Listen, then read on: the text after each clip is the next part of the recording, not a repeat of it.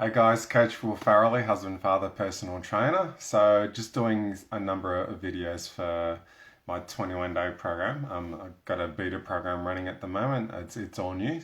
And I thought some of these videos that actually be a huge amount of value to some of you guys as well. And what this video is about, it's about setting up your own space at home to exercise. And when a gym or a studio sets up, there's a lot of considerations that have to take into account just so it makes it safe for their clients. And if you're going to do that for yourself at home, you need to do that too. So some of the things that they take into account. What I'm going to do is to make it easy, I'm going to start, say, from the top, going down. So say they're looking at the top, so we've got lighting.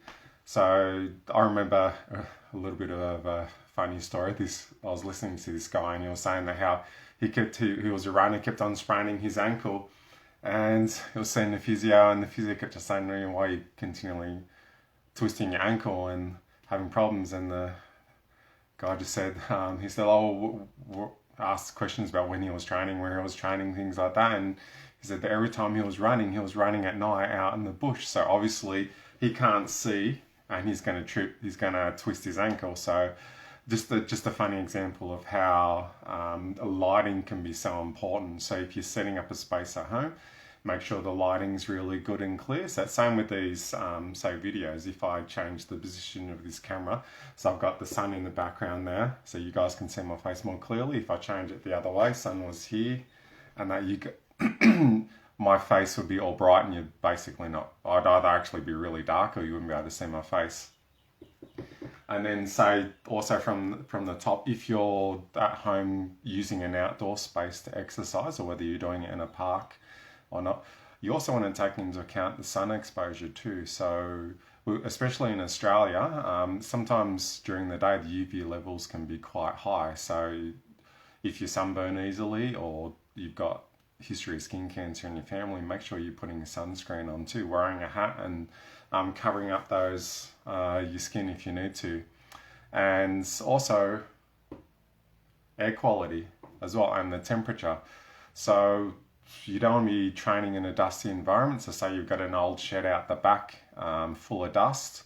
If you're training in that kind of environment, it's not very good for your lungs. And same with recently, we had bushfires, and there was a lot of smoke about. So I know that when I was training clients outdoors, I had to regularly check some of the websites just to see if the air quality was actually safe to train. But then ultimately you just looked out the window and you could see, yeah, way too smoky, so not good to train. And when it comes to the temperature, you want to make sure the temperature is pretty comfortable. So you can have like one extreme really hot temperatures, another extreme really cold temperatures, and you want to keep it comfortable. If it's really hot, you want to be careful that you're not exposing yourself to like any heat related illnesses. And if it's cold in the other extreme, you want to make sure that you warm up properly. So if you do something explosive too fast, too quick, chances are you might pull a muscle. So that's one of the things you want to consider, say, when it comes to the air temperature and air quality. Other things is noise. So say if you're in a residential area, you might have neighbours right next to you. If you're playing really loud music to pump up your energy levels, you need to be mindful of and considerate of like when the noise restrictions are as well. So these are all the things you got to consider when you're setting up a space at home to exercise. And some of the obvious ones are trip hazards. So say you might have a coffee table. So training in your lounge room with a coffee table right behind you is probably a little bit dangerous, unless that's what you're really up for and you're into that kind of thing.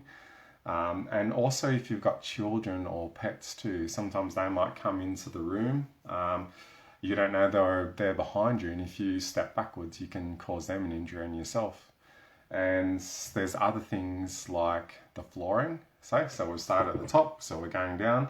So with the flooring, if it's a concrete floor, and say you're doing exercises on the ground, it might not be very comfortable. So that's where you want to do things like have, say, a mat down and use a towel. And also if you're sweating a lot and the sweat is getting on the floor after you've worked out, just so there's not a slip or trip hazard for someone else, make sure you clean that so the sweat up as well. And make sure you've got adequate room to exercise, like some exercise like jumping jacks, star jumps, Like side shuffles, I like to do a lot of side shuffles. I've got a lot of exercises where I call them feel special exercises, where you might need a bit more room to move. Another favourite one that I've got, which is really fun, and it's actually quite surprising how much you can get your heart rate up, is that where you've got a towel and you're simulating shaking the sand out of the towel using your upper and your lower body.